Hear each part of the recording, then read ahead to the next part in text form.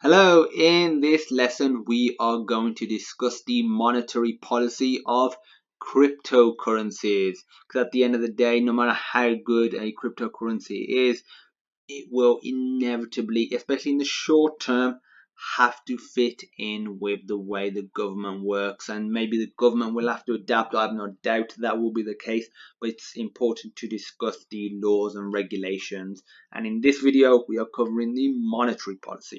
First of all, what is monetary policy? What does this mean? So it is essentially when a central bank controls the supply of money. So this can come in various forms, whether it's printing more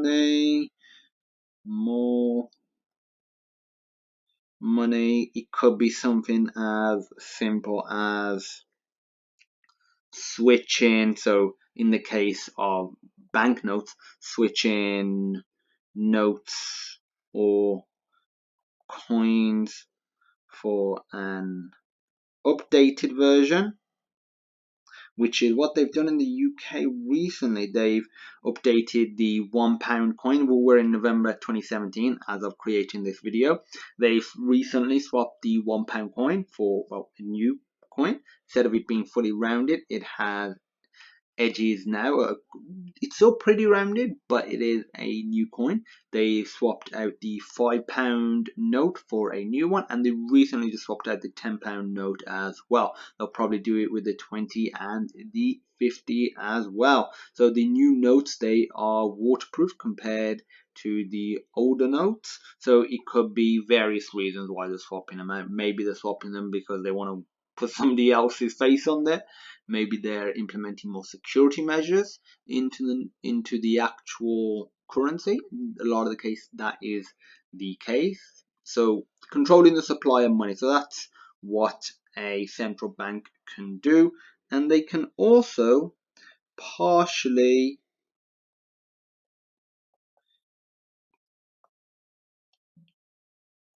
control inflation, and this can be done to ensure stability and trust in a currency. So I did say partially control.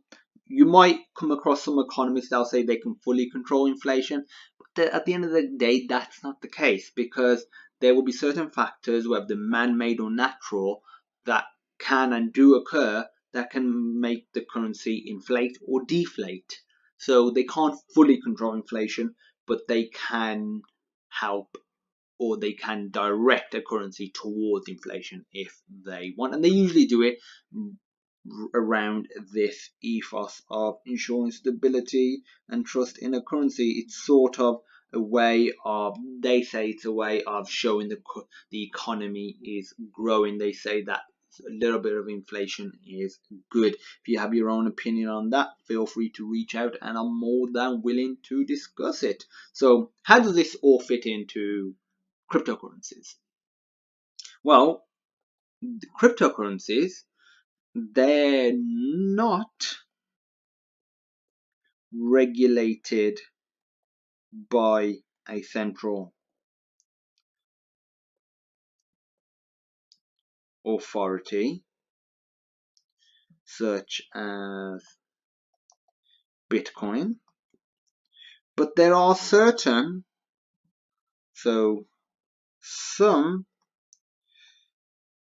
crypto is controlled more by a central authority, or some, like I believe it's Dash, is controlled by a voting system.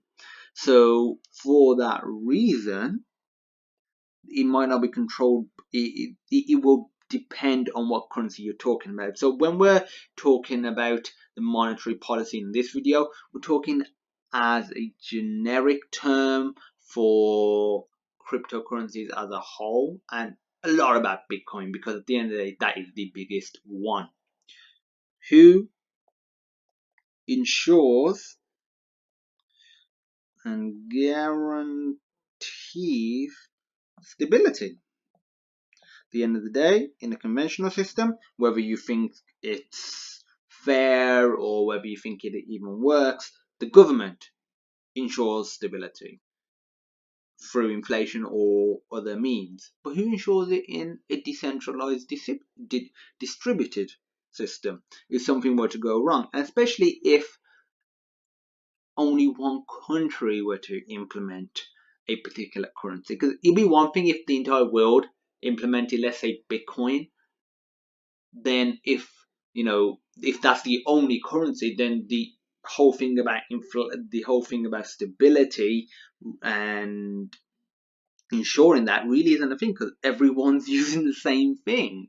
But stability is an issue because, like, I'm in the UK, and the UK uses the Great British Pound. In the United States, they use the United States dollar. In Canada, they use Canadian dollar. In many places in Asia, they use rupees. They use yen. In China, so for that reason, they need to ensure stability. But if only one country is using cryptocurrency, how do they help ensure it? So that is an issue. And inflation. So we mentioned that a central authority can help control inflation, and they can use that to essentially ensure stability and sort of just growth in the economy.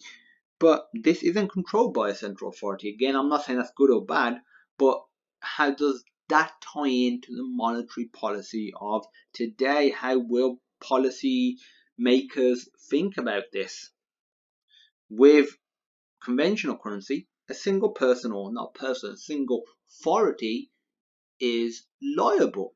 Even whether or not they're to blame for something happening, that's not the point, but they're liable for handling this. They're liable for making sure it's stable, that it's working. AKA the government, this central bank. So no single one is liable in a cryptocurrency, especially something like Bitcoin. So how does that really tie into all of this? And another thing that we need to think about, who handles lost money? In a conventional currency, if money, like, the central bank and the government actually factors this in, so money getting lost, whether it's physically getting lost or it's got burnt or it's no longer usable, whatever has happened to it, so they'll just print more out. So if there's a certain year something happens and instead of 10% of the money not being usable, it's 20%, they'll just print more. Whereas in a cryptocurrency, especially something like Bitcoin, where the currency is mined and it's baked into the actual core algorithm that only X amount will ever exist, only X amount generally can be mined per year, the difficulty increases. At the moment, not much money is lost in cryptocurrencies. But what would happen in this unlikely scenario? But I think it's important to talk about the unlikely scenarios, because those are what make and break a system. What would happen if, for some reason, 50% went? That's a big deal if you can't print or you can't issue more coins. So who handles all of this? So these are definitely important issues that we as individuals need to be thinking about, and also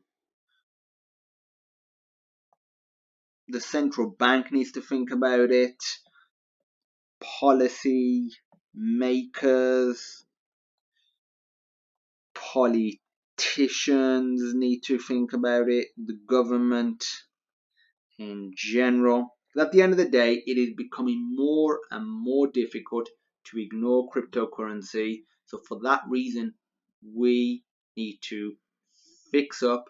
We need to think about these issues. We need to talk about them, because I don't have a solution for all of this. No single person does.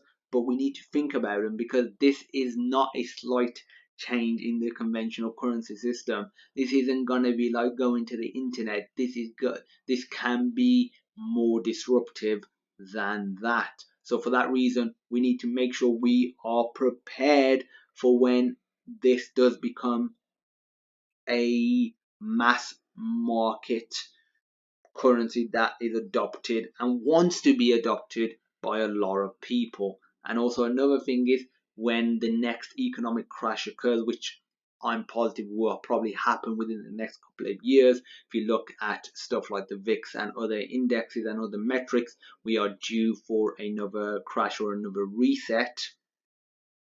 People will look for alternatives. They usually go to gold, but this time they'll go to cryptocurrencies. A lot of people will. So how will the government, from a monetary perspective and a tax and other just law and regulation perspective, handle this? So this has been quite a heavy video, so feel free to go through it again, have a look at what we covered. If there's something that you're not sure about, feel free to reach out. I'll guide you through it. And as usual, thank you for watching, and I look forward to seeing you in my next awesome crypto lesson.